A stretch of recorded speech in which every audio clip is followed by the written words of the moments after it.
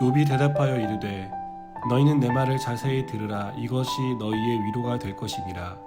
나를 용납하여 말하게 하라. 내가 말한 후에 너희가 조롱할지니라. 나의 원망이 사람을 향하여 하는 것이냐? 내 마음이 어찌 조급하지 아니하겠느냐? 너희가 나를 보면 놀라리라. 손으로 입을 가리리라. 내가 기억하기만 하여도 불안하고 두려움이 내 몸을 잡는구나. 어찌하여 악인이 생존하고 장수하며 세력이 강하랴? 그들의 후손이 앞에서 그들과 함께 굳게 서고 자손이 그들의 목전에서 그러하구나. 그들의 집이 평안하며 두려움이 없고 하나님의 매가 그들 위에 임하지 아니하며 그들의 수소는 새끼를 베고 그들의 암소는 낙태하는 일이 없이 새끼를 낳는구나. 그들은 아이들을 양떼같이 내보내고 그들의 자녀들은 춤추는구나. 그들은 소고와 수금으로 노래하고 피리 불어 즐기며 그들의 날을 행복하게 지내다가 잠깐 사이에 스올에 내려가느니라.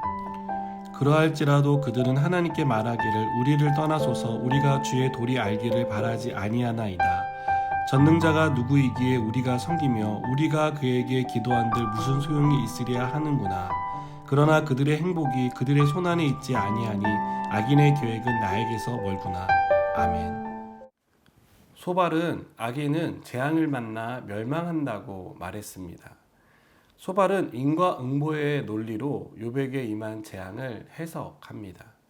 그러나 욥은 소발의 주장에 대해 절대 동의하지 않습니다. 욥은 오히려 자신이 알고 있는 경험을 바탕으로 악인이라 하더라도 반드시 이 땅에서 멸망하는 것은 아니라는 것을 설명합니다. 욥은 7절 이하에서 악인이 생존하고 심지어 장수하는 것을 보았다라고 말합니다. 그들이 가진 권력이 약해져야 하는데 약해지지 않고 오히려 그 권력을 후대까지 이어서 갖게 된다라고 말하고 있습니다. 또 악인의 집은 풍비박산이 나야 하는데 그렇지 않고 그들은 두려울 것 없이 평안한 삶을 살고 있는 것을 보았다고 말합니다. 악인의 집에서는 키우는 동물들도 낙태하는 법이 없이 많은 새끼를 낳고 번성한다라고 말합니다. 욥은 악인의 집은 즐겁고 그들의 날은 행복하다가 큰 고통 없이 스올로 내려간다라고 말합니다. 그렇다고 하더라도 악인은 하나님을 찾지 않는다고 말하고 있습니다. 그들은 하나님의 말씀을 듣고 싶어 하지 않습니다. 하나님에 대해 알고 싶어 하지 않습니다. 천국에 대해 궁금해하거나 천국을 소망하지 않습니다. 그들은 하나님을 모른 채 살아가고 하나님을 굳이 알아야 할 이유가 없다라고 말합니다. 그들은 하나님이 생사화복을 주관하신다는 사실을 믿지 않고 인정하지 않습니다. 그것은 자신들이 가진 모든 것이 자신들의 손에 의해서 그들이 노력한 수고의 대가로 주어졌다라고 생각하기 때문입니다. 이렇게 생각하다 보니 그들은 전능자가 누구이기에 우리가 섬기며 우리가 그에게 기도하는데 무슨 소용이 있느냐고 말합니다. 악인들은 하나님을 두려워하지 않습니다. 하나님의 존재를 믿지 않습니다. 하나님 없이도 잘 살았고 앞으로도 잘 살 수 있다라는 확신을 가지고 있습니다. 그들은 가진 것이 많고 하는 일에 막힘이 없으니 하나님을 찾아야 할 이유가 하나도 없는 것입니다. 여러분, 우리 주변을 봐도 욥의 말이 사실이라는 것을 알 수 있지 않습니까? 우리는 악한 사람이 천벌을 받아서 우리가 보는 앞에서 망해야 한다고 생각합니다. 그게 아니라면 적어도 그들이 하나님을 무서워하거나 벌벌 떨어야 한다고 생각합니다.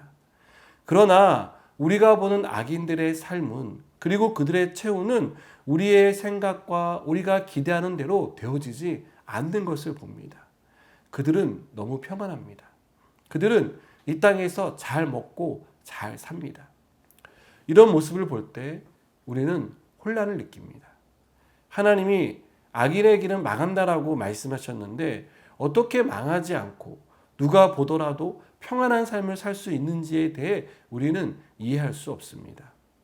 악인의 삶과 달리 하나님 앞에 신실하게 사는 의인에게 고난이 찾아오는 것 또한 우리는 또한 이해하기 힘듭니다.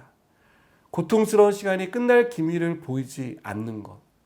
이렇게 악인과 대조되는 삶을 살게 될 때 우리는 하나님께 섭섭한 마음을 갖습니다.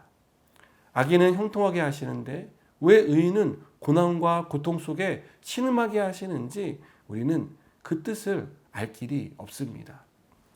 욥은 이런 상황 가운데 있었습니다. 그런데 욥은 어떻게 말하고 있습니까? 하나님 정말 섭섭합니다. 하나님 살아계시다면 어떻게 나에게 이러한 재앙을 보낼 수 있습니까? 라고 그는 불평하지 않습니다. 욥은 이 일에 불평하기보다는 악인들이 자신의 손으로 모든 것을 이루었다고 말하고 자랑했지만 욥은 그들의 말에 동의할 수 없다라고 강하게 말하는 것을 볼 수 있습니다. 또 그들의 삶의 방식을 따르지 않겠다라고 말합니다. 그들을 부러워하지 않겠다는 것이죠. 욥은 악인들과 다른 삶을 선택했습니다. 하나님 앞에 순전하고 여전히 신실하게 살아가기로 결단했고 또 그렇게 살겠다고 하나님께 기도합니다. 사랑하는 여러분, 우리의 삶이 악인들의 삶을 부러워하거나 그들이 심판을 받지 않는 것에 대해서 불평하는 삶이 되지 않았으면 좋겠습니다.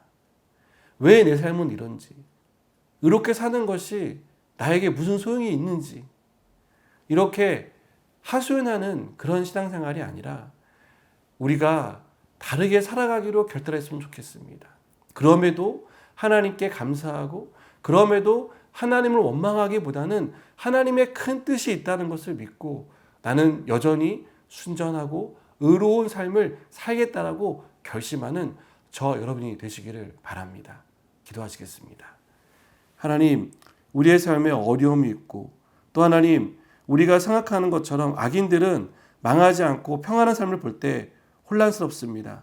그러나 그 모든 상황 가운데 하나님이 함께 하시고 우리의 삶을 인도하시는 하나님이심을 믿고 신뢰하게 하여 주시옵소서. 예수님의 이름으로 기도드립니다. 아멘.